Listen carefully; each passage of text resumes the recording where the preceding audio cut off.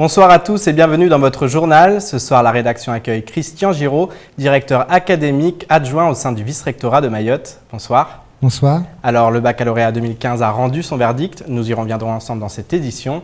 Mais avant cela, voici les titres de ce lundi 6 juillet.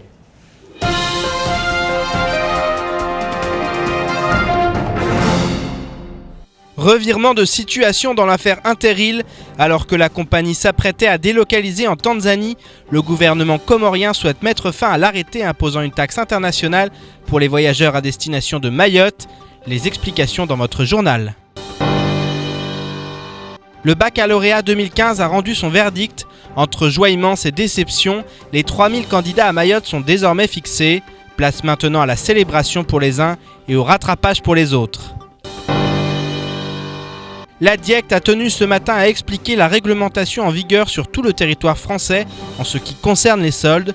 Cet événement commercial a débuté de manière plutôt morose à Mayotte en raison d'une date se juxtaposant avec le mois de Ramadan. Compte rendu à la fin de notre édition.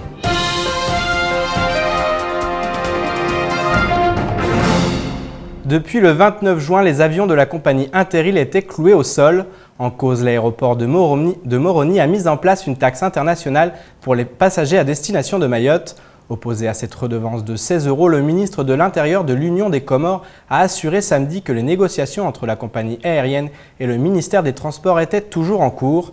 À la suite de la réunion prévue ce mercredi, l'arrêté devrait être abrogé. La compagnie Interrail a donc décidé la reprise des vols dès aujourd'hui. Mais derrière cette affaire, la question de Mayotte française est toujours sous-jacente. Un reportage signé Shakila Issouf et Fred Souleymana. Il n'aura fallu qu'une taxe pour que les vieilles rengaines ressurgissent. Alors que l'Union des Comores refuse toujours la reconnaissance de Mayotte française, une taxe à l'international a vu le jour pour les passagers à destination de l'île aux Lagons. De quoi mettre en colère le PDG d'Interrail qui a stoppé tous les vols et menacé de délocaliser en Tanzanie. Conscient du danger, le ministre de l'Intérieur des Comores a tenu à éteindre l'incendie. L'aéroport n'est pas contrôlé par les autorités comoriennes, donc c'est une vision. Maintenant, elle crée des problèmes au moment où l'objectif principal serait de rapprocher les populations, puisque autant les Comores ont un conflit avec la France sur Mayotte, mais autant les Mahorais ont un conflit avec les autres habitants de l'archipel. Donc c'est à partir de là qu'il faut chercher des solutions d'abord de réconciliation et voir les statuts après. À mon avis, donc là, cet arrêté ne facilite pas cette volonté de rapprocher les populations pour apaiser les tensions persistantes entre Mayotte et les 3 autres îles. Apaiser les tensions, c'est bien de cela dont il s'agit. Si le ministre souhaite trouver des solutions pour apaiser le climat, il justifie le départ des ressortissants comoriens par une donnée qu'il refuse pourtant d'admettre. Mayotte est un département français. C'est pas normal qu'il y ait une si vive tension entre Mayotte et les 3 autres îles. Ce n'est pas normal. Il faut trouver des solutions pour apaiser. Oui, bon, nos frères et sœurs de Mayotte diront ouais, les Comoriens nous envahissent. Mais comment voulez-vous qu'on ne vous envahisse pas alors que le niveau de vie à Mayotte est peut-être même 10 fois supérieur au niveau de vie d'ici. Et vous savez très bien d'où ça vient. Mais vous ne pouvez pas demander aux autres aussi. Mais ça vient de la métropole. Ce n'est pas une production locale, quand même. Un discours tout en paradoxe et qui semble remettre en cause l'indépendance des Comores. En effet, le ministre de l'Intérieur reproche à l'île aux Lagons de se développer grâce à son statut de département français, tandis que les Comores stagnent au point que ses ressortissants sont contraints de devoir rallier Mayotte pour pouvoir survivre.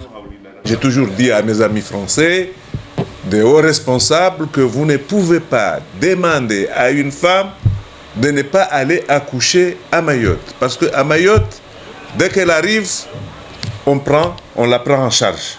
Ici, dès qu'elle arrive à la maternité, il faut qu'elle paye. Même si c'est vrai, ça coûte pour faire la traversée. Mais là-bas, on paiera après. Mais ici, il faut payer tout de suite.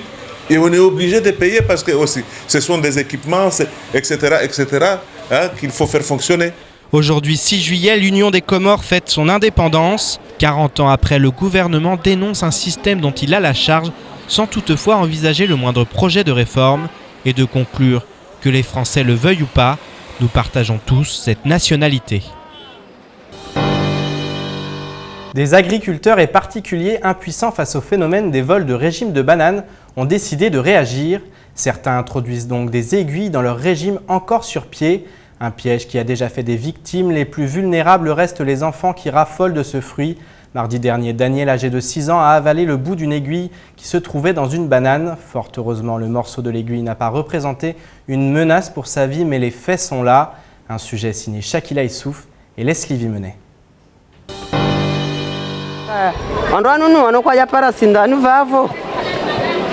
Daniel, encore trop petit pour comprendre ce qui lui est arrivé, fait partie des victimes de ces actes inqualifiables. Les agriculteurs en ont marre et ont décidé d'employer les grands moyens au risque de causer la mort des voleurs. Le petit Daniel a échappé de peu à la mort et sa maman a accepté de témoigner pour raconter ce qui s'est réellement passé.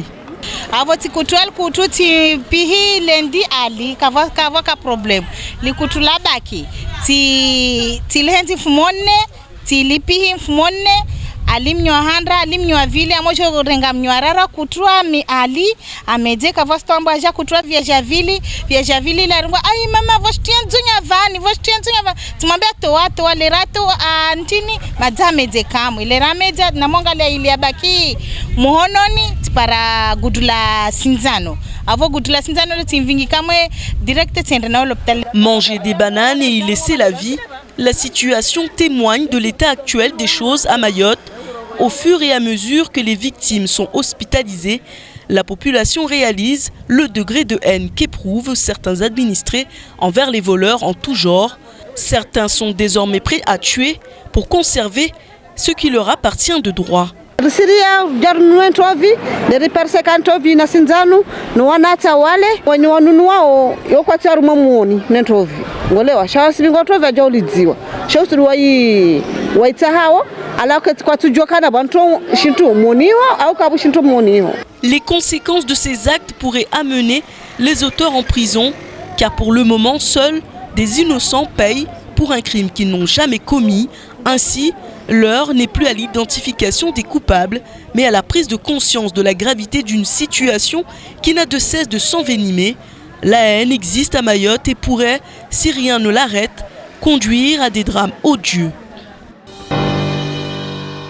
Et vendredi, lors d'un tournoi de basket Ramadan, un accident tragique a causé la mort d'un participant. Âgé d'une quarantaine d'années, le père de famille laisse tout son entourage dans la peine et la tristesse. Victime d'une chute sur le plateau de Mgombani, sa tête a heurté le béton de manière violente. Il ne s'en relèvera pas. C'est désemparé que ce matin, l'organisateur du tournoi et l'un de ses camarades ont accepté de témoigner à notre micro. Reportage Shakila Souleymana.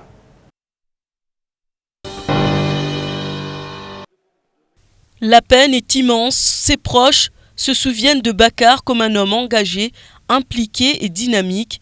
3 jours après ce terrible drame, son entourage pleure la mort d'un être cher. Gorobo, l'un des organisateurs du tournoi de basket Ramadan, a accepté de revenir sur les faits. La réception n'a pas été, on va dire, favorable à son niveau. Ce qui a fait que, au lieu de tomber sur les mains, il est tombé sur la tête. Donc, chose qui peut arriver après tout. Ce qui a fait que, avec la perte de sang et le retard des secours, fait que, en multipliant ces facteurs multiples, a fait que on n'a pas pu le sauver. Les mots ne suffisent pas pour décrire la douleur. La phrase revient souvent et en dit long sur le désarroi de chacun. C'est la volonté du Seigneur, nous n'y pouvons rien et nous passerons tous par là un jour. Apprendre à accepter la mort et vivre avec l'absence d'un être cher fait partie des épreuves de la vie.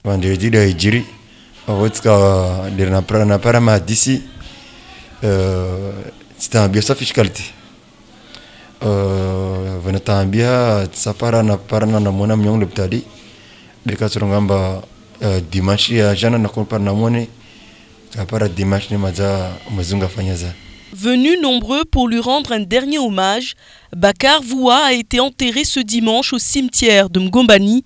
Il laisse derrière lui une femme et 5 enfants. ce père de famille aimé et regretté nous rappelle à tous à quel point la vie est fragile. L'attente a été longue et angoissante, mais depuis ce matin, tous sont fixés. Le baccalauréat 2015 a rendu son verdict. Si pour certains, l'épreuve des rattrapages se profile, pour d'autres, le soulagement est immense. Après des années d'études, le Saint Graal est définitivement acquis. Ils peuvent désormais appréhender l'avenir et pourquoi pas envisager des études supérieures. Ce matin, la joie était au rendez-vous. Un sujet signé Abbas Alidi et Fred Souleymana. L'insomnie n'est plus qu'une histoire ancienne. Depuis ce matin 8h, les 3000 candidats au baccalauréat à Mayotte savent s'ils sont admis ou non. Une délivrance pour tous les parents et les élèves pour qui les derniers jours ont été des plus stressants. Franchement, un soulagement parce que depuis le moment là, tu dors pas vraiment quoi. Tu as vraiment la trouille, tu sais pas si tu l'as pas, les ondites, etc. quoi. Mais bon, là je suis soulagé franchement. Je regarde les résultats d'un coup, je l'ai eu. J'ai pas besoin de passer second tour et je sais pas quoi. Mais je l'ai eu, c'est bon, je suis satisfait. Ah oui, avec la mention bien. Fière, contente et soulagée, ouais. Je suis très fière de moi, je suis heureuse et je suis choquée aussi. Parce que je m'y attendais peut-être pas, je sais pas. T'avais pas l'impression d'avoir bien travaillé? Oui, j'avais l'impression d'avoir raté en fait. Et là maintenant? Je suis soulagée. J'ai bien pleuré un coup là, maintenant ça va. La joie est immense et tous les nouveaux bacheliers ont conscience du chemin parcouru. Tous extériorisent à leur manière cette réussite. Je suis restée à la maison en train de pleurer et tout. Et comme ma soeur elle est venue, m'a dit t'inquiète, tu l'as eu. Donc je me suis vite habillée, je suis montée ici et pour regarder en fait. Et je sais plus quoi dire, quoi faire. Tellement je suis contente pour moi. J'ai eu mon bac, c'est ce que je m'attendais depuis des années, depuis ce peu qu'on est à l'école. Là au moins on a les résultats, au moins ça paye quoi. Je suis content parce que non seulement j'ai eu le bac, mais aussi je suis content aussi pour mes amis. Je rends hommage à ma classe, la T11S, qui l'ont presque tout eu et avec lequel on a bossé. Et là je vais marcher pieds nus, je vais rentrer à la maison parce que j'ai eu le bac, c'est ce que j'avais dit quoi. Donc tu avais dit que le jour où tu auras le bac, tu marcheras pieds nus? Oui. Et là je vais marcher pieds nus jusqu'à la maison. Pour d'autres, place maintenant au rattrapage. Dernière chance pour obtenir le précieux diplôme. A noter que tous les résultats du baccalauréat 2015 seront disponibles dès demain matin dans votre quotidien France Mayotte Matin. Alors Christian Giraud, je me tourne maintenant vers vous. Le baccalauréat 2015 a rendu son verdict. Quels sont les premiers chiffres globaux de réussite à Mayotte? Avant le rattrapage bien entendu. Alors, il faut bien savoir que nous en sommes qu'au premier tour. Nous avons actuellement 57% des élèves qui ont été admis au premier tour du bac général, 49% au bac technologique et 57,1% au bac professionnel. Alors, ce n'est que la première marche. Nous avons encore 960 élèves qui vont passer le second tour. J'aurais envie de les conseiller, de leur dire qu'il faut bien manger, bien dormir, dire à leurs parents qu'il faut qu'ils soient disponibles pour travailler. Il faut absolument, pour acquérir de la confiance, de la sérénité, travailler encore et encore jusqu'à la dernière minute. Et il me semble très important de se mobiliser, de vouloir se battre, de vouloir convaincre ces examinateurs pour essayer d'emporter le deuxième tour. C'est important, 960 élèves qui passent au deuxième tour sur le nombre de 3500. C'est les résultats, la première analyse que l'on a sont en hausse sur ce premier tour, mais il faut confirmer l'essai, absolument, poursuivre les efforts et arriver à faire en sorte que cette session du baccalauréat soit une vraie réussite. Les chiffres sont pour l'instant positifs. Est-ce que c'est comparable d'une année à l'autre, les chiffres, ou est-ce que c'est un peu abstrait de comparer d'une année à l'autre? Alors, on prend exactement les mêmes populations d'année en année, avec les mêmes nombres de scolaires dans toutes les séries, et donc les chiffres sont tout à fait comparables.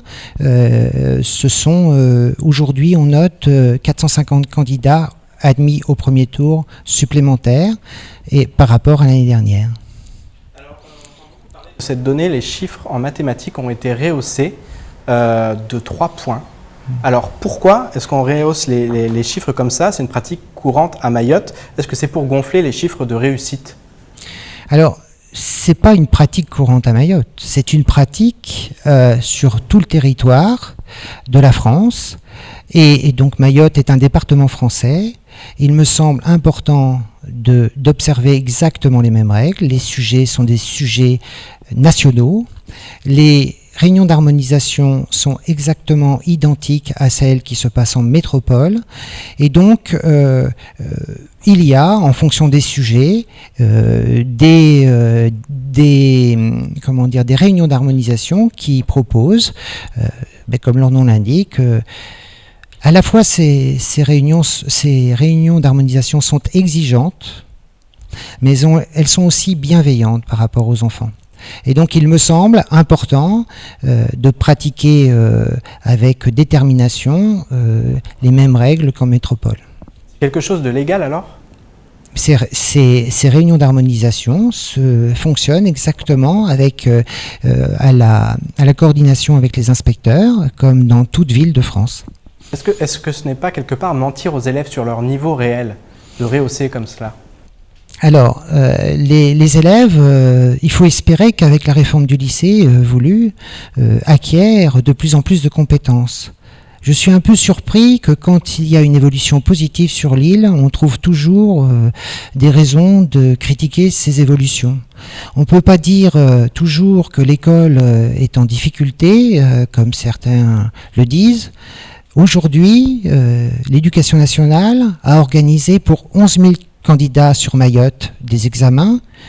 Je pense qu'il y a un vrai savoir-faire, que tout le monde s'est mobilisé, les enseignants, les familles, y compris les parents, mais aussi les élèves, les services du rectorat. Et je pense qu'il faudrait saluer tout cet effort, plutôt que de penser, de douter, toujours être morose devant les résultats que l'on obtient. Alors, ce n'est pas fait, je pense que c'est important de le dire. Il faut toujours, comme je vous ai dit, il faut que les élèves se mobilisent pour marquer ce deuxième essai. Si on prend un peu les chiffres dans le supérieur à Mayotte, on le sait, 7 élèves sur 1000 réussissent en première année de faculté. Est-ce que c'est pas justement là le problème? On leur ment et ensuite, quand ils arrivent dans le supérieur, ils se retrouvent face à une difficulté qu'ils ne connaissent pas, ils n'ont pas forcément le niveau. Alors, la plupart des élèves dans le supérieur, moi j'invite les gens à... Il se trouve que dans le métier que je faisais précédemment, j'étais en Normandie, j'accueillais des élèves mahorais. Il me semble que il y a 5 mois, je suis arrivé ici et donc il a fallu que je m'adapte. Un élève mahorais de Mayotte qui arrive en métropole, comment il se trouve? Il va en internat. Bien souvent, il essaye de se rapprocher d'amis, de famille. Il a 20 degrés de moins de ce qu'il vit en métropole, ce qu'il vit à Mayotte. Et il me semble, tout ce contexte fait que la personne est obligatoirement plus en difficulté que si on se retrouvait dans le territoire. Alors ceci n'explique sans doute pas tout, mais je pense qu'il y a une vraie approche à avoir, à faire en sorte que nos élèves soient accompagnés dans le supérieur et réussissent mieux, ça vous avez tout à fait raison de le dire, mais je ne pense pas que ça vienne des résultats obtenus aux examens. Exclusivement donc de l'adaptation, il n'y a pas un problème de niveau ? Ben, écoutez, je vous ai dit tout à l'heure sur l'harmonisation des examens, elle se passe exactement dans les mêmes conditions. Vous allez à Nice, Marseille, Rouen ou en Seine-Saint-Denis, vous avez exactement les mêmes réunions d'harmonisation. Et si vous voulez, on pourrait aussi parler, l'examen du baccalauréat commence en gros dans les établissements scolaires, en gros de la mi-février où vous commencez les premières épreuves de langue pour arriver, si vous voulez, au 10 juillet, la fin des épreuves et l'annonce des résultats du second groupe. Je pense qu'il ne faut quand même pas oublier cela. On le sait, l'université de Dembéni, justement, répond à cette problématique de l'adaptation. C'est un peu une université de tampon. C'est bien la preuve quand même qu'il y a une problématique, qu'il y a un problème lorsque ces élèves vont ensuite en métropole. Vous parlez de l'adaptation, il y a peut-être aussi le niveau. Dans les chiffres que que j'ai données là tout à l'heure, on peut noter qu'il y a par exemple, je suis un peu surpris que en gros nous avons 150 mentions, ça doit être 146 exactement, c'est-à-dire plus 20 mentions, très bien et bien.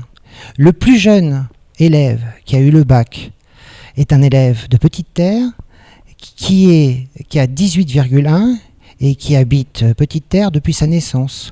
Je pense que je veux bien qu'on dise que cet élève-là est moins bon qu'un autre, il faudra qu'on me le démontre. Ce n'est pas un problème de meilleur ou moins bon, c'est un problème de niveau ou du moins d'exigence à Mayotte. C'est-à-dire, est-ce que les exigences sont exactement les mêmes qu'en métropole ? Eh bien, écoutez, je vois que vous souhaitez que je vous dise le contraire, mais je peux vous assurer qu'encore une fois, les méthodes, les pratiques, les exigences, les corrections sont identiques. Il s'avère que dans l'exercice de ma profession précédente, je travaillais sur un très très gros centre de copie académique et il s'avère que j'observais exactement les mêmes règles.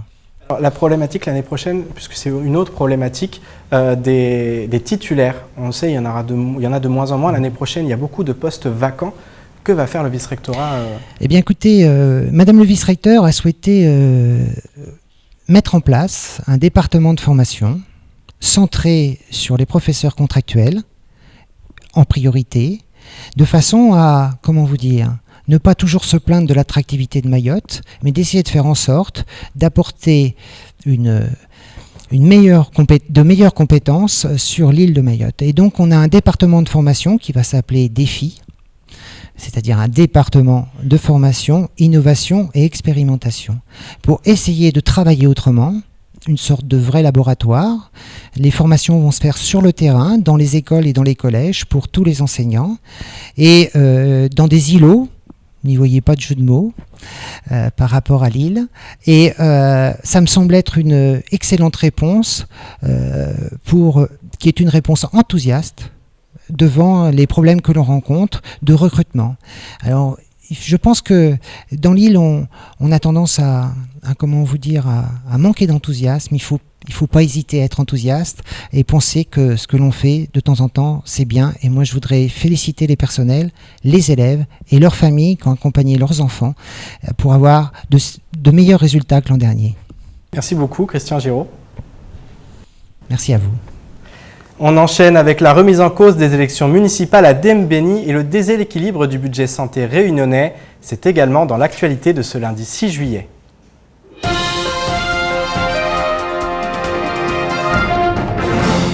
Dans son rapport mis en ligne le 25 juin, la Chambre régionale des comptes pointe du doigt Mayotte. Le nombre toujours croissant d'évacuations sanitaires vers la Réunion déséquilibrerait le budget santé réunionnais. En effet, lorsqu'un malade mahorais est évassané vers l'île Bourbon, il est pénalisé par une prise en charge insuffisante des frais post-hospitalisation. Et comme il n'existe pas de dispositif de transfert vers Mayotte, les patients doivent attendre l'arrivée d'une nouvelle équipe Evasan pour être rapatriés. Les séjours sont donc plus longs et à 1 700 € par jour, le surcoût pour les hôpitaux réunionnais devient vite substantiel. L'absence de coordination et les difficultés de communication entre les administrations concernées entraînent des pertes conséquentes, pas seulement pour les hôpitaux mais aussi pour les caisses de sécurité sociale. Ces pertes ainsi que les conséquences qui en découlent ne sont pour l'heure pas quantifiables, le régime différent d'assurance maladie en vigueur à Mayotte étant un handicap majeur. Les électeurs de Dembéni devront-ils retourner aux urnes ? Après les résultats litigieux du scrutin de mars 2014, Amdi Amada Jouaou avait saisi le tribunal administratif pour contester les résultats. Battu de seulement 17 voix par son rival Souaïbou Amada, il obtenait satisfaction par une décision rendue le 30 octobre 2014 annulant les suffrages. Le maire a donc interjeté appel de la décision et le Conseil d'État devait se pencher sur la question de la validité du vote, ce qui a été fait ce matin. Comme attendu, le rapporteur public a demandé la confirmation de la décision du tribunal administratif. Si son avis est suivi, la commune devra organiser de nouvelles élections. La décision définitive devrait être annoncée d'ici une dizaine de jours. Le président de l'UDAF de Mayotte, M. Ali Nizari, se félicite de la démarche engagée par le sénateur Tani sur le foncier à Mayotte. Il partage entièrement son point de vue ainsi que ses principales propositions sur le sujet. L'UDAF de Mayotte souhaite bien entendu être associé à cette démarche qui entre complètement dans ses missions qui consistent à donner un avis sur toutes les questions familiales, mais également à défendre les intérêts matériels et moraux des familles. Le président a écrit directement au sénateur pour l'encourager sur cette démarche et il propose que l'UDAF participe aux auditions prévues en septembre-octobre pour donner son avis sur le sujet. L'UDAF de Mayotte est également très heureuse de constater que le jeune sénateur défend régulièrement bec et ongle la cause mahoraise. Le président de l'UDAF demande donc que son institution soit associée à chaque fois qu'il est question de défendre les intérêts matériels et moraux de l'ensemble des familles du département.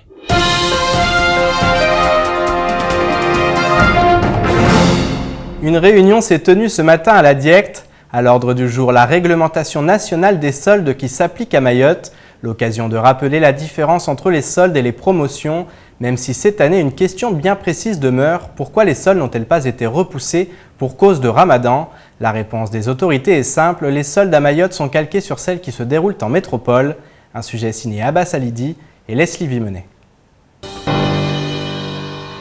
Les soldes, à l'approche de ce rendez-vous des consommateurs, le mot en fait frémir plus d'un en métropole. Mais qu'en est-il à Mayotte? La Diecte a souhaité ce matin faire le point sur cet événement commercial qui permet à chacun d'acheter moins cher. Mais en fait, quelle est la différence entre soldes et promotion? Soldes et promotions. Soldes, ce sont des formes de vente qui sont destinées à vider les stocks d'un magasin pour faire entrer la nouvelle collection. Les promotions, ce sont des actions qui sont organisées par des commerçants pour mettre en avant un produit, dynamiser leur commerce. Donc c'est deux choses qui sont différentes. Les soldes, c'est 2 fois par an, limité, collection d'été, collection d'hiver. Les promotions, ça peut avoir lieu toute l'année sur un produit, mais ça doit être renouvelé. Une promotion qui dure de manière permanente n'est pas une vraie promotion.